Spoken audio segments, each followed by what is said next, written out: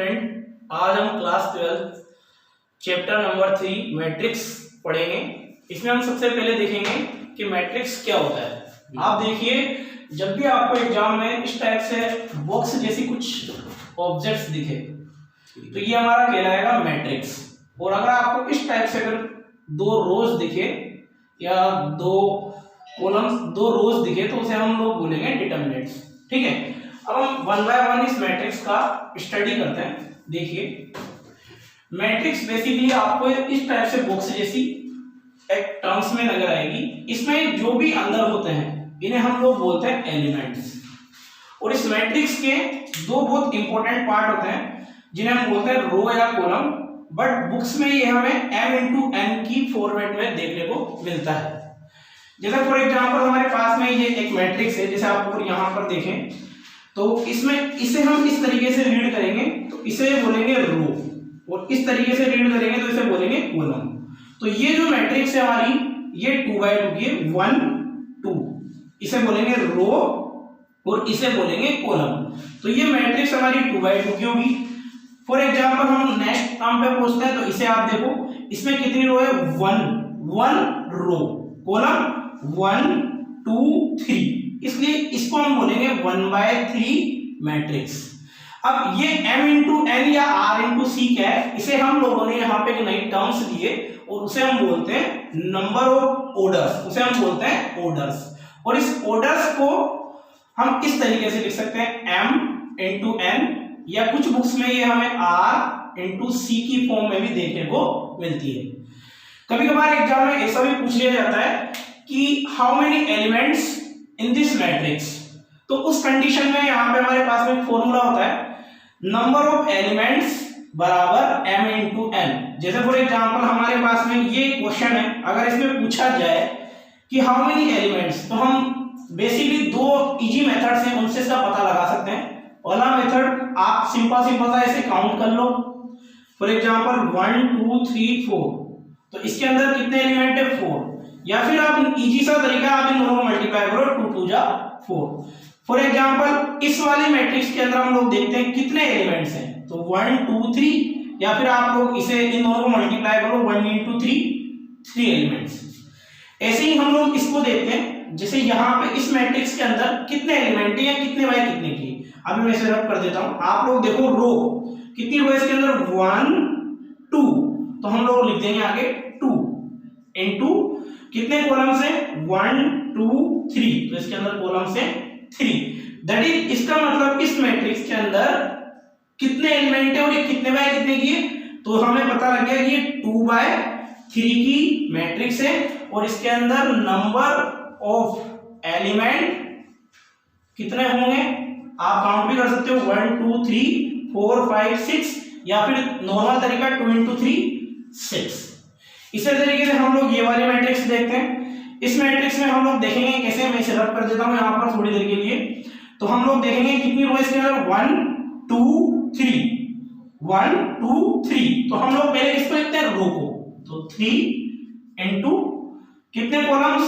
1 2, तो ये हो जाएंगे हमारे पास में 3/2। तो कितने बाय कितने की मैट्रिक्स होगी? 1 2 3 1 2 3/2।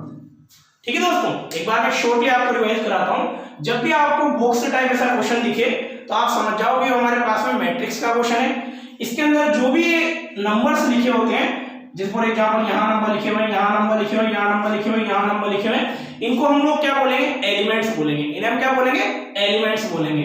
ठीक है, उसके बाद में दूसरा क्वेश्चन हमसे ये पूछा जाता है कि ये मैट्रिक्स कितने बाय कितने की है, इसका ऑर्डर क्या है, तो उस ऑर्डर का फॉर्मूला होता है m×n, जिसे r×c से भी आप लोग लर्न कर सकते हो। रो कॉलम, पहले रो आएगी बाद में कॉलम आएगा। ठीक है, उसके बाद में कभी बार एग्जाम में पूछा जाता है कि नंबर ऑफ एलिमेंट्स कितने हैं इस मैट्रिक्स के अंदर, नंबर ऑफ एलिमेंट्स कितने हैं इस मैट्रिक्स के अंदर, तो उसका फॉर्मूला भी m×n होगा। उसके बाद में आपको मैंने शॉर्टली रिवाइज करा दिया, ये कितने बाय कितने की? 2/2 की, 1/3 की, 2/3 की, 3/2 की, 1 2 3 1 2, तो ये हो जाएगी 3/2 की। ठीक है, अब उसके बाद में हम इसकी आगे की थ्योरी को स्टडी करते हैं। तो हम इसके बाद में देखते हैं types of the matrix. Types of the matrix हमारे लिए बहुत पढ़ना जरूरी है, क्योंकि आगे जो क्वेश्चंस आएंगे वो इसी थ्योरी से बेस्ड आएंगे। इसलिए आप लोग देखें हम लोग उसको कैसे देखते हैं।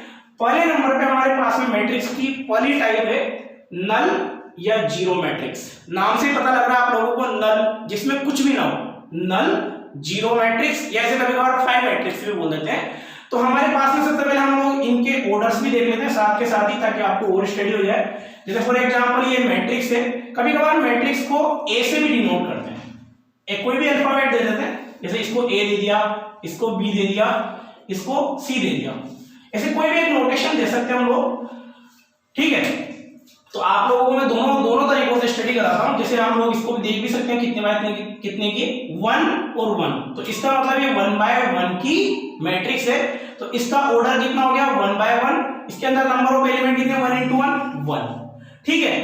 अब आप एक सिमिलरिटी देखो इन तीनों मैट्रिक्स में, ये 1 बाय 1, ये 1 1 1 2 1 2, तो ये हो जाएगी 2 बाय 2 की, ये हो जाएगी 1 2 3 1 2 3, तो ये हमारे पास में मैट्रिक्स हो जाएगी 3 बाय 3 की, ठीक है दोस्तों। अब आपने इन तीनों मैट्रिक्स में, इन तीनों एग्जांपल्स में एक चीज सिमिलरिटी देखी होगी कि यहाँ पे इनके अंदर जो भी एलिमेंट्स हैं, अंदर जो भी एलिमेंट्स हैं वो सारे जीरो हैं, जीरो 0 0 0 0 0। आप लोगों को देखने को मिल रहा होगा कि यहाँ पे जितने भी एलिमेंट्स हैं इनके अंदर वो सारे कितने हैं, जीरो हैं।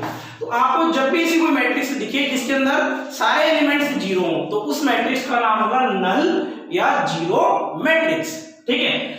सेकेंड नंबर पे हम लोग देखते हैं स्क्वायर मैट्रिक्स। स्क्वायर मैट्रिक्स आप सभी जानते हैं, स्क्वायर का मतलब भी आप लोग सभी जानते हैं कि जिसके अंदर लेंथ और ब्रेथ दोनों बराबर हो, ठीक है।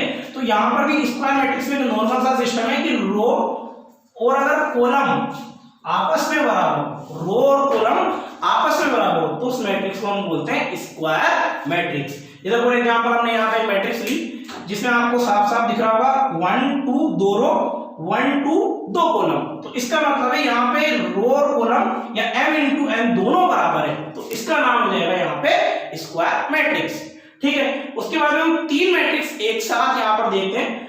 थर्ड नंबर पे हमारे पास में डायगोनल मैट्रिक्स, उसके बाद में हमारे पास में यहाँ पे यूनिट या फिर आइडेंटिटी मैट्रिक्स, और फिफ्थ नंबर पर है स्केलर मैट्रिक्स। इन तीनों को मैं आपको एक साथ समझाता हूं और तीनों में एक ही सिमिलर बात होगी, बस थोड़ा थोड़ा सा डिफरेंस होगा। डायगोनल मैट्रिक्स में यहाँ पे डायगोनल का मतलब आप समझते हैं, जैसे फॉर एग्जांपल ये यहाँ पे मेरे पास में एक स्क्वायर है और ये इसका डायगोनल है, ठीक है।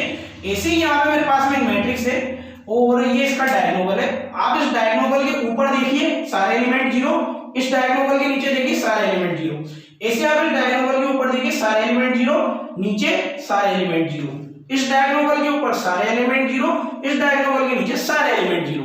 अब हम इन तीनों में डिफरेंस क्या है, उस डिफरेंस को हम लोग यहाँ पे ध्यान से देखेंगे क्या डिफरेंस है इन तीनों में।